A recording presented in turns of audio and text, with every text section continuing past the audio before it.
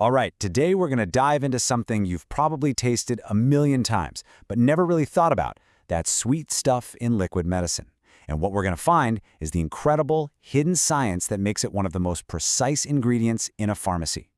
I mean, it's a memory we all have, right? That syrupy, sweet taste designed to make some pretty gnarly medicine go down a little easier. But what if I told you that sweetness isn't just about taste? What if it's the result of a process as precise as any lab experiment? You see, the whole secret starts with an ingredient called simple syrup. But as we're about to see, in the world of pharmaceuticals, the word simple can be pretty deceiving. It's a foundation, and it's built with some serious, meticulous care. So, let's get right into it and look at its blueprint.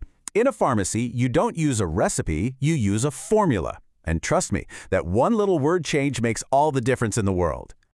It all kicks off right here. This isn't, about 2/3 of a cup of sugar. Nope, it is 66.7 grams.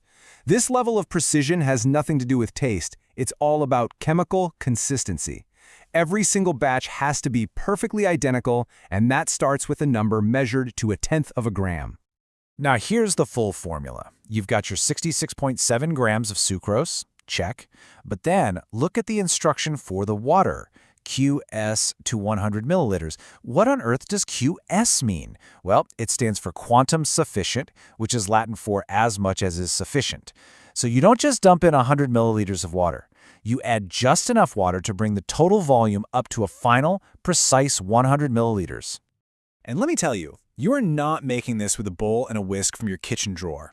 Just look at this list. You've got a beaker, a precision balance, a water bath for super controlled heating. This is a full laboratory setup. Every single one of these tools is chosen to guarantee accuracy, purity, and safety.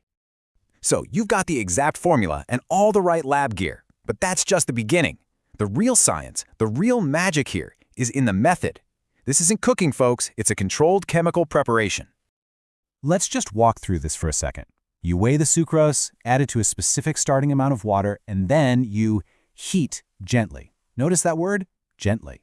You stir constantly, making sure every last crystal dissolves. Then you cool it down, bring it up to that final 100 milliliter volume, and filter it. Every single step is deliberate. But there is one instruction in this whole process that is more important than all the others combined. This, right here, this is the critical warning. Just 3 simple words that are the difference between a stable, effective medical ingredient and a useless, sticky, sugary mess. So the big question is, why? Why is boiling such a disaster? And this is exactly why. When you boil sucrose in water, you're not just making it hotter, you're actually kicking off a chemical reaction called caramelization. This literally breaks the sugar down, which is why the syrup turns brown. But even more important, it completely changes the syrup's chemical structure. It's not pure anymore. And that instability means it could react badly with the active drug, or even just spoil really fast, making it totally unsafe for medicine.